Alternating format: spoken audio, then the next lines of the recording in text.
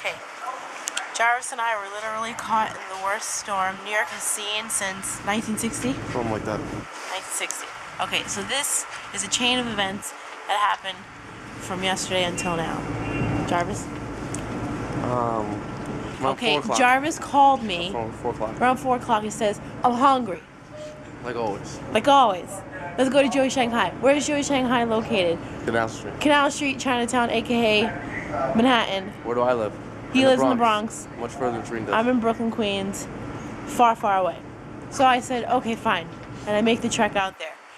I make the trek, snow's in my eye, snow's in my face, snow's in my eye. And I said, oh my God. And I wanted to turn around. But no, for my best friend, I made the trek all the way to Chinatown. Nearly got lost when I got out of the train, by the way. So we go in and we eat our scallion pancakes, which Kind of fluffy. were kind of fluffy and not as good as usual. Sounds like pancakes should be fluffy, but not. Because they're usually a lot crispy. Okay, and we had our little dumplings, and dumplings are okay, fine. We get out, we go down the street, have some bubble tea, fine. Just when we think our night is over, we could just jump on the train and make our way home. That's when the hell breaks loose. Jarvis? 9:30. Get on the L train. Sit on the train for like 7 hours.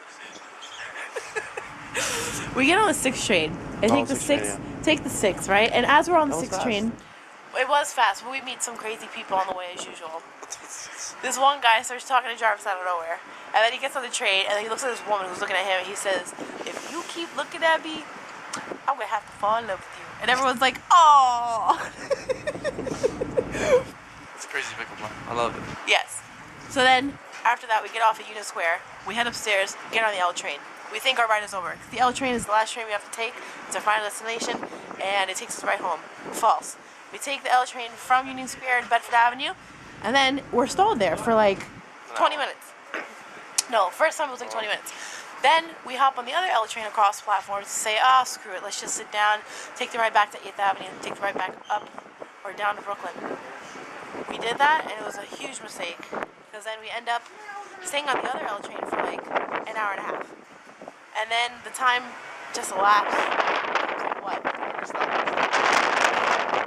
Yeah, for every stop we stopped for about 40 minutes because of the snowstorm. And mind you, that the L train is underground for most of its line, but then later on when it heads into Brooklyn, it becomes an above ground train. Then we finally take the L train, right, and it's pushing along very slowly. We get off at Myrtle Avenue. Get off the train. Yeah, they force us off the train, basically. Take the J train. Then we have to run upstairs and take the M train. Which way? We waited. Wrong way. We waited, and then an M train came, and it was going the opposite direction, but we took it anyway so we could be warm and safe. We get on that M train, and all of a sudden we see flames. Flames, ice, smoke, you name it. And I started having a panic attack on the train. I was like, just stay on it. And Jarvis was like, oh, look, there's smoke and flames. I don't care. Nothing wrong with that. False. There was a lot of things wrong with that, and I was not okay. So then we end up taking the M to the next stop. We got off because I was so nervous. And then another M train came, and we hopped on that one and took it to the J train. The J train, but where? Oh, Myrtle Avenue. Myrtle Wyckoff on the J train. So we're there, we're waiting for the next J train. The people are hostile, they're crazy. Everyone's cursing up a storm. We'll fuck someone up. Basically, everyone wants to mess someone up because they're all angry that they can't get home. We get it. Fine. So because of that made me nervous too. So I said, screw all these crazy people. And I said, Jarvis, let's just walk. So we walked from Myrtle Wyckoff for like a mile in the snow. Crazy people with a suitcase above his head, a suitcase around my body. And we're walking through the snow. Crazy people around us.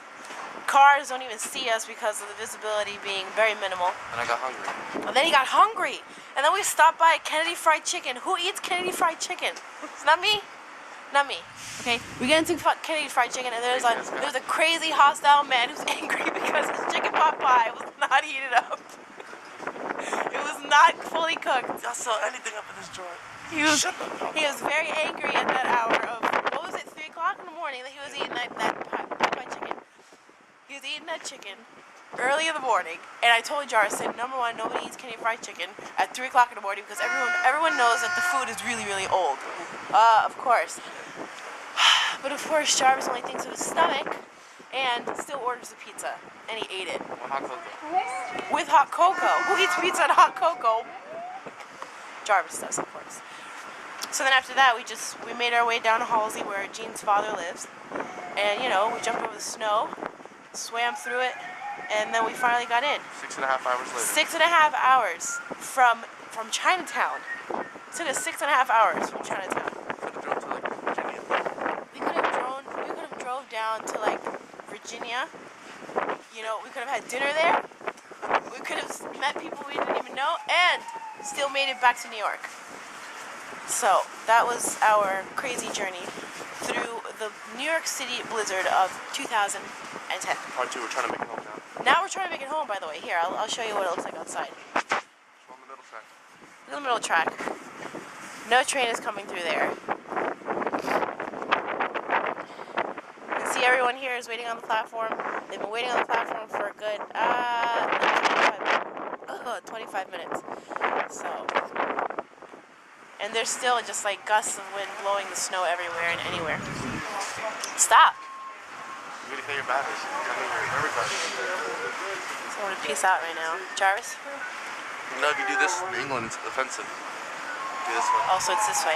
But will the English see this? This is the middle finger in England.